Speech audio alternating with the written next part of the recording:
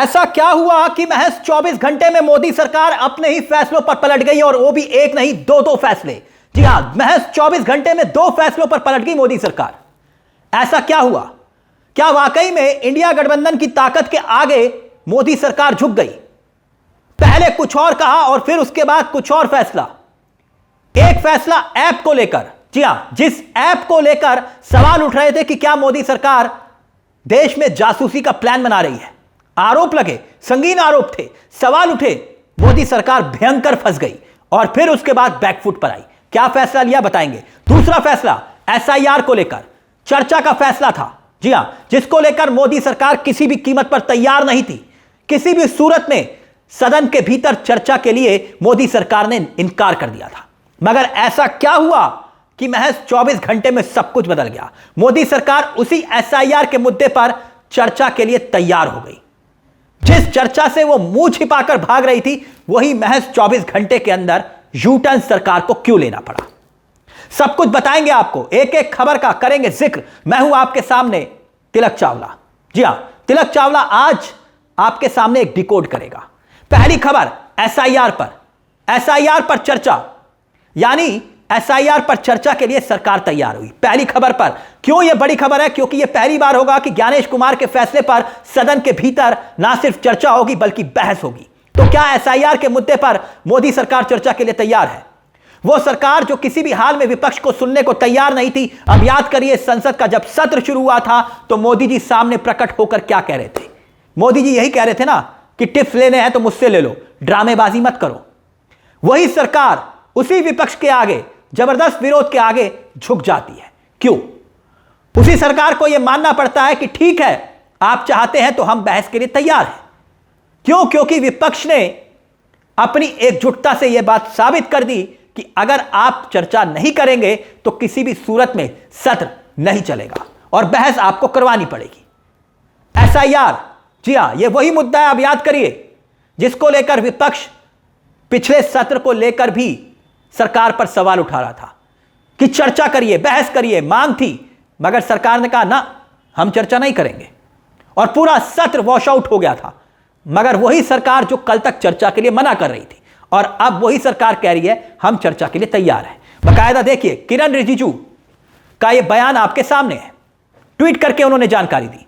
क्यों? क्योंकि तमाम बीएलओ की दर्दनाक मौत की खबरें सामने आ रही थी और अब भी सरकार अगर चर्चा से भागती तो एक गलत संदेश जाता और उस नारे में वो संदेश तब्दील हो जाता जो राहुल गांधी ने नारा दिया था, वोट चोर गद्दी छोड़। और ऐसे में सरकार इस बात को समझ रही थी, तभी तो सरकार मंगलवार को एसआईआर के मुद्दे पर बहस करवा सकती है, अगले मंगलवार को। और अब यह बहस एसआईआर के मुद्दे के नाम पर होगी या फिर चुनाव सुधार के मुद्दे के नाम पर, यह अभी साफ नहीं है। क्योंकि चुनाव सुधार के मुद्दे पर बहस हो सकती है और पहले भी होती आई है सदन में। यानी मोदी सरकार का यह था यू-टर्न नंबर 1, पहला मुद्दा। बहस से भाग रही मोदी सरकार अब चर्चा को, एसआईआर के मुद्दे पर चर्चा को तैयार। अब आते हैं दूसरी खबर पर। 24 घंटे में दूसरा बड़ा यू-टर्न जानते हैं आप क्या है? संचार ऐप। वो संचार ऐप जिसको लेकर मोदी सरकार मुकर गई। कांग्रेस पार्टी ने जिस तरीके से मोर्चा खोला, विरोध किया, उसके बाद सरकार संचार साथी ऐप को लेकर अपनी ही बात से मुकर जाती है।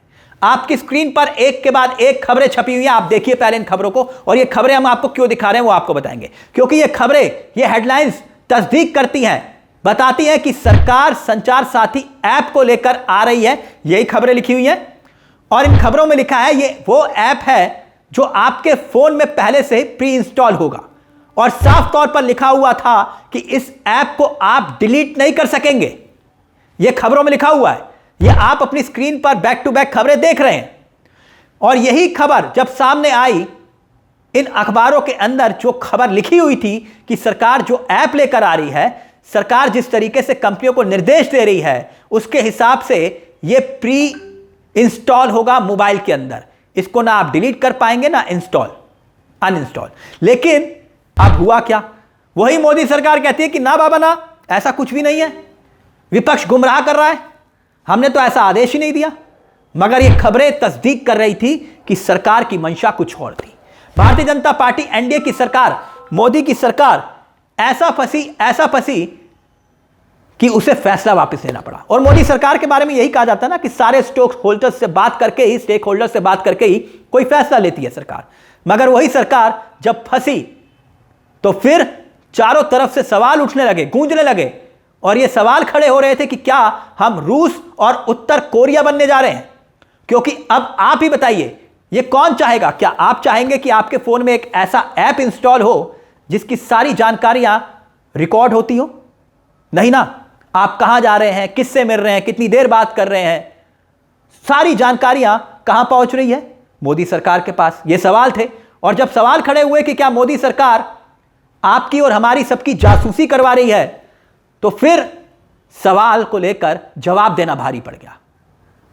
और जवाब यह आया कि अब आप अपने फोन में सभी ऐप को जैसे इंस्टॉल करते हैं वैसे ही कर पाएंगे, जबरदस्ती कुछ नहीं।